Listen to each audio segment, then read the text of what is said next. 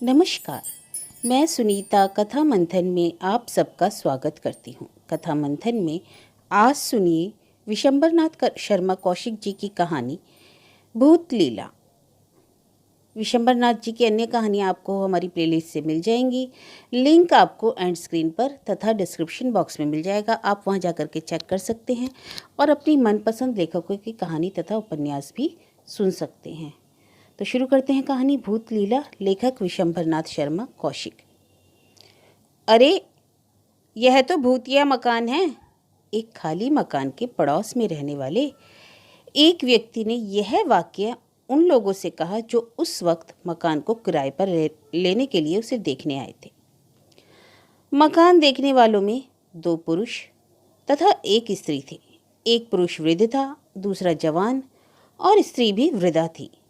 पड़ोसी की बात सुनकर वृद्ध बोला, अच्छा, कैसे मालूम हुआ कि यह भूतिया मकान है? इसमें कोई नहीं टिकता है, 2-3 महीने बाद भाग खड़ा होता है।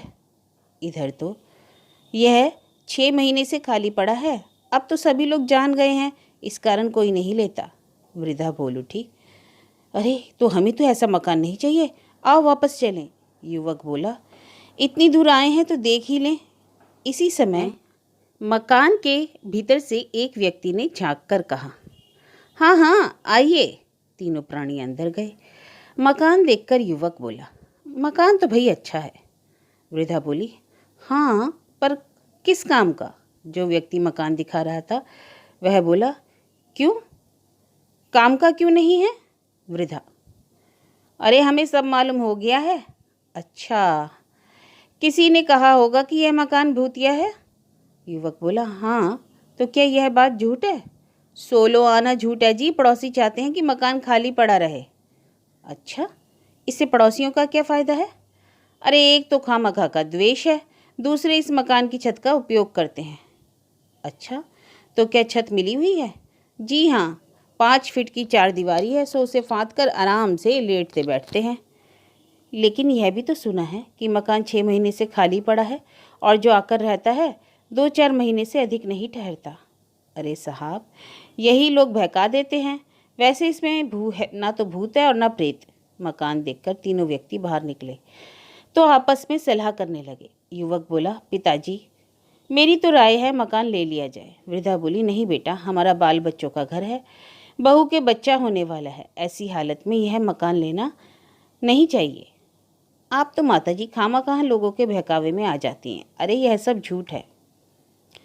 वहम तो पड़ गया ना, झूठ हो या सच, वहम का काम नहीं करना चाहिए। वृद्ध बोल उठा, अब यहाँ बहस करने से क्या फ़ायदा, घर चलो, वहीं चलकर विचार करेंगे। आप भी पिताजी माताजी की बातों में आ गए। विचार क्या करना है, यही कि लेना चाहिए या नहीं? अरे, जब मकान पसंद आ ही गया है तब क्यों न ले लिया जाए, सिर्फ इसलिए कि लोग कहते हैं भूतिया है। प्रथम तो यह बात बिल्कुल गलत मालूम होती है, और यदि हुआ भी तो मैं उस भूत को भगा दूंगा। क्या ठीक है? ऐसा कहीं का बड़ा ओझा है जो भूत भगा देगा? माता बोली, खैर, मैं अपनी जिम्मेदारी पर लिए लेता हूँ। यह कहकर युवक ने उस व्यक्ति से मकान लेना निश्चय कर लिया। उसके माता पिता ताकते ही रह गए। शांति स्वरूप एक ग्रेजुएट युवक है, एक कॉलेज में फिलॉसफी का प्रोफेसर। उसके पिता महोदय सरकारी पेंशनर हैं। परिवार में माता पिता पत्नी, एक 4 बरस का लड़का, 2 बरस की लड़की तथा एक छोटा भाई है जो बीए का विद्यार्थी है। इस प्रकार 6 प्राणियों का परिवार है। शांति स्वरूप ने मकान ले लिया और अच्छा मुहूर्त देखकर उसमें आ गए। मकान में आने के 1 सप्ताह बाद लड़की जीने से फिसलकर गिर पड़ी। उसे चोट आई और बहुत रक्तस्राव भी हुआ। पड़ोसी ने, जिसका नाम चंदन लाल था, जो एक वकील का मुहर्रिर था, अवसर पाकर कहा, देखिए, मेरी बात ठीक निकली ना? शांति स्वरूप माता सिकोड़ कर बोले, क्या ठीक निकली? वही भूत वाली बात, लड़की को भूत ने ही पटका है। अरे, क्या वाहियात बकते हो, बच्चे तो गिरते पड़ते रहते हैं, ऐसे गिरते हैं कि खोपड़ी फट जाए। हाँ, क्या हुआ, संयोग की बात है। खैर, आप अभी भी मेरी बात ना माने, परंतु आगे चलकर माननी पड़ेगी, देखा जाएगा। 1 मास व्यतीत होते होते लड़के को मोतीझरा निकल आया। चंदनलाल ने फिर से शांति स्वरूप के पिता से कहा, प्रोफेसर साहब तो मेरी बात नहीं मानते। अब आप ही देख लीजिए, 1 महीने के अंदर ही लड़की जीने से गिरी और अब लड़के को मोतीझरा निकल आया। अजी क्या बताऊं, आजकल के अंग्रेजी पढ़े लिखे लड़के अपने सामने किसी को मानते ही नहीं। मुझे तो भूत प्रेतों में विश्वास है, हालांकि अंग्रेजी मैंने भी पढ़ी है।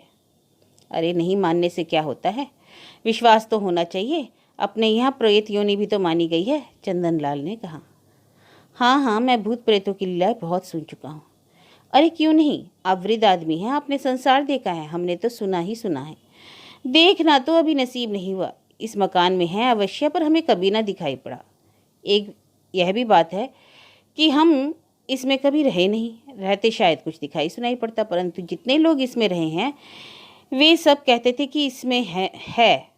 क्या बताएं, हमारा तो लड़का ही बड़ा आटी है, अन्यथा हम भी कभी ना रहते। अरे जब तक उन्हें स्वयं अनुभव ना होगा तब तक नहीं मानेंगे।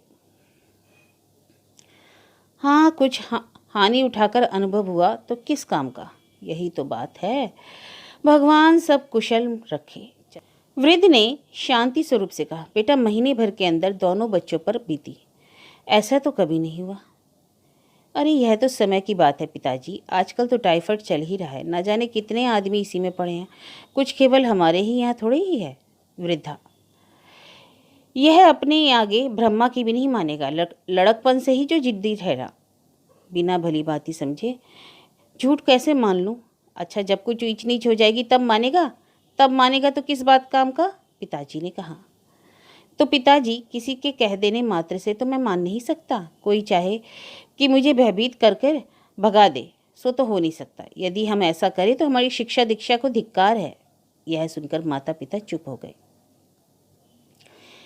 एक दिन शांति स्वरूप अपने परिवार सहित रात में पड़े सो रहे थे। सहसा कुछ शब्द सुनकर उनकी माता जाग पड़ी। भली भांति जागृत होने पर उसे ऐसा जान पड़ा कि कोई कर रहा है। उसने ध्यान से सुना तो शब्द छत की ओर से आता प्रतीत हुआ। वृद्धा को तुरंत भूत का ध्यान आया और ध्यान आते ही उसको पसीना आ गया। उसने पुत्र को पुकारना चाहा पर आवाज़ न निकली। थोड़ी देर में कर्राने की आवाज़ बंद हो गई। वृद्धा बड़ी साहस करके उठी और उसने बिजली का स्विच खोला।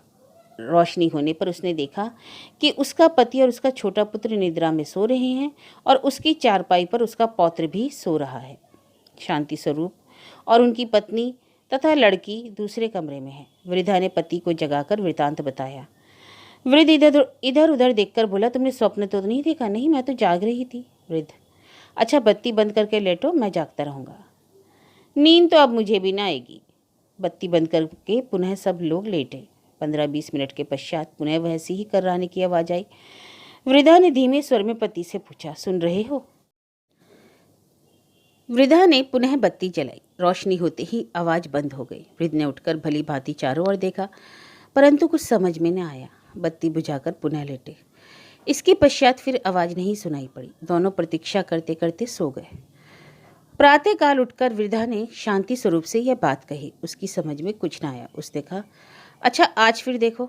उस दिन 2-3 बार कर्राने की तथा 1 बार हंसने की आवाज़ आई। शांति स्वरूप से यह बात बताई गई। वह बोला, अच्छा आज मैं स्वयं वहाँ लेटूंगा, तुम बहू के पास लेट जाना। उस दिन रात को कभी कर्राने तथा कभी हंसने का शब्द सुनाई पड़ा। शांति स्वरूप ने हर बार उठकर रोशनी की तथा खूब देखा, परंतु उसे कुछ समझ में न आया। 2 दिन तक आवाज़ सुनने के पश्चात तीसरे दिन शांति स्वरूप ने एक बांस की लंबी सीढ़ी मंगवाई और उसे कमरे में रखवा दिया। उस दिन रात में पहली बार जब आवाज़ आई तो शांति स्वरूप ने रोशनी की। आवाज़ बंद हो गई। शांति स्वरूप बत्ती बुझाकर तथा एक छोटी टॉर्च हाथ में लेकर सीढ़ी पर गए और प्रतीक्षा करने लगे। सीढ़ी के निकट ही एक स्काई लाइट था, उसी के निकट से शब्द आता प्रतीत होता था। शांति स्वरूप को 15 मिनट प्रतीक्षा करनी पड़ी। 15 मिनट पश्चात पुनः फिर वही आवाज़ आई। शांति स्वरूप ने ध्यान से सुना। आवाज़ स्काई लाइट से आ रही थी। उन्होंने अपने हाथ बढ़ाकर स्काई लाइट के चारों ओर फिराया। सहसा उनके हाथ में एक कार्डबोर्ड के चोंगे का अंतिम भाग पड़ा। उन्होंने उसे पकड़ना चाहा, परंतु दूसरे ही क्षण वह हाथ से निकल गया। उस रात फिर कोई आवाज़ न आई। शांति स्वरूप ने सवेरे उठकर स्काई लाइट की परीक्षा की। स्काई लाइट के ठीक सामने चंदनलाल के एक खिड़की थी। स्काई लाइट तथा खिड़की में 2 फीट का ही अंतर था। दोनों मकानों के बीच 2 फीट की एक बंद गली थी। अब शांति स्वरूप की समझ में सारी बात आ गई। प्रातःकाल उठकर उन्होंने चंदनलाल को बुलाकर कहा, भूत का तो जी मैंने पता लगा लिया है। अचानक चंदन का मुख श्वेत पड़ गया। उसने पूछा, कैसे? बस किसी तरह लग गया। भूत आपको दिखाई पड़ा? रात में तो नहीं दिखाई पड़ा, परंतु इस समय ठीक सामने दिखाई पड़ रहा है। चंदनलाल अवाक होकर उनका मुंह ताकने लगे। शांति स्वरूप बोले, अब यह इंद्रजाल समाप्त कीजिए, अन्यथा मामला पुलिस में दे दिया जाएगा, समझे? हमें आप इस प्रकार डराकर भगा नहीं सकते।